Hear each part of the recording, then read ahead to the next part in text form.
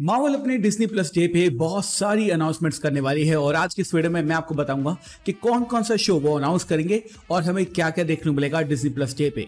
हे guys, मैं हूं Sachin Nigam. Let's begin this video. तो डिज्नी का जो डिज्नी प्लस डे है, डिज्नी का जो डिज्नी प्लस डे है वो है सितंबर 8 को, यानी आने वाले कुछ ही महीनों के अंदर हमें पता चल जाएगा कि future of the Disney plus क्या है। डिज्नी प्लस डे का मतलब ये नहीं है कि आपको सिर्फ और सिर्फ मार्वल का कंटेंट देखने को मिलेगा, आपको स्टार वॉर्स का कंटेंट भी देखने को मिलेगा, साथ साथ पिक्सार और भी सारी चीजों का कंटेंट भी देखने को मिलेगा। लेकिन हम मार्वल फैन है तो हम मार्वल में इंटरेस्ट रखते हैं और मैं आपको बताने वाला हूं कि मार्वल का आपको क्या क्या देखने को मिलेगा। ये बात आप ऑलरेडी जानते हैं कि 2023 में मार्वल ने बहुत सारा कंटेंट जो है हमारे लिए रखा हुआ है, जिसमें इंक्लूडिंग डिज्नी प्लस शो और मूवी भी है। जिन लोगों को नहीं पता मैं आपको बताता हूं, डिज्नी प्लस डे पे कोई भी मूवी का अनाउंसमेंट नहीं होने वाला है और वो एक ऐसा दिन होता है जहां पर सिर्फ और सिर्फ टीवी के बारे में बात होती है, यानी हमारे स्पेशल स्ट्रीमिंग सर्विस के बारे में बात होती है। तो हमें सीक्रेट इन्वेजन की अनाउंसमेंट, आई एम ग्रूट की अनाउंसमेंट, एक्स-मैन 97 की अनाउंसमेंट, व्हाट इज सीजन 2 की announcement, guardians of the Galaxy holiday special की अनाउंसमेंट और एक लास्ट प्रोजेक्ट जो की है हैलोवीन बाय नाइट के बारे में भी अनाउंसमेंट होती हुई देखने को मिल सकती है। और भी बहुत सारी चीजें हैं जो कि मार्वल ने अभी शायद हमें बताई नहीं है,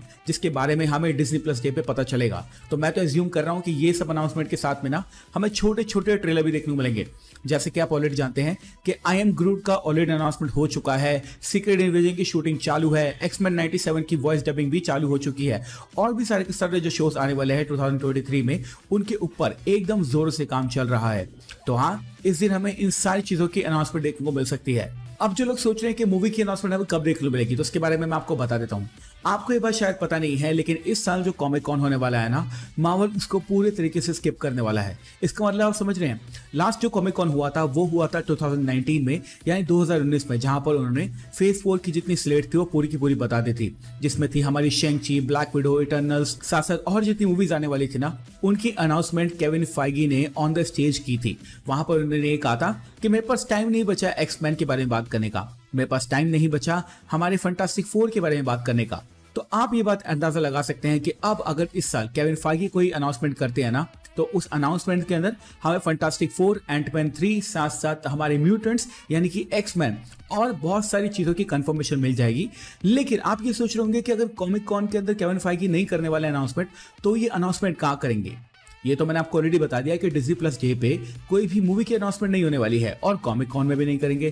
तो एक्चुअली में मार्वल का प्लान क्या है ये मैं आपको अब बताता हूं। तो मार्वल का प्लान है, जैसे डीसी वाले एक डीसी फैंडम इवेंट करते हैं ना, मार्वल वाले सोच रहे हैं कि इस साल के एंड में, यानी दिसंबर के अंदर, यानी नवंबर से दिसंबर के अंदर, वो भी एक ऐसा फैन इवेंट करने वाले हैं जिसमें वो अपनी मूवीज की अनाउंसमेंट करेंगे।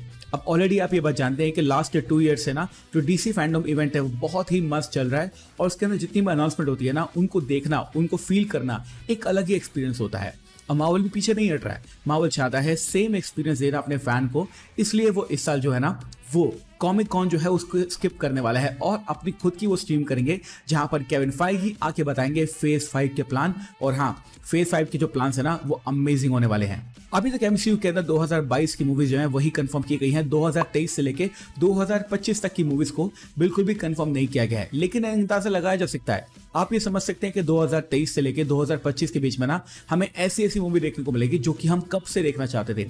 जैसे हमें डेडपूल 3 की अनाउंसमेंट देखने को मिलेगी। आप ये बात ऑलरेडी जानते हैं कि रायन रेनॉल्ड्स जो है वो बहुत ज्यादा हार्ड वर्किंग है अपने डेडपूल 3 के प्रोजेक्ट को लेकर। शॉन लेवी इसको डायरेक्ट करने वाले हैं और इसकी शूटिंग ऑलरेडी चालू हो चुकी है।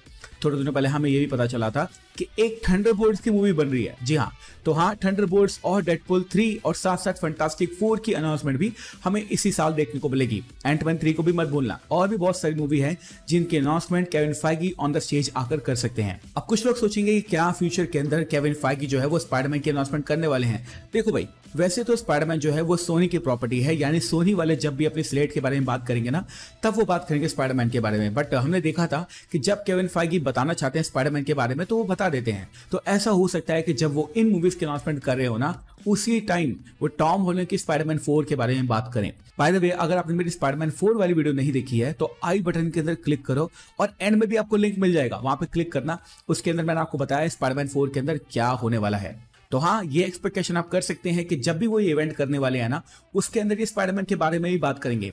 लास्ट स्पाइडरमैन मूवी जो आई थी वो आई थी 2021 में, और तरीके से देखा जाए तो जुलाई 2023 के अंदर ना हमें जो नया पार्ट है स्पाइडरमैन का वो देखने को मिलना चाहिए।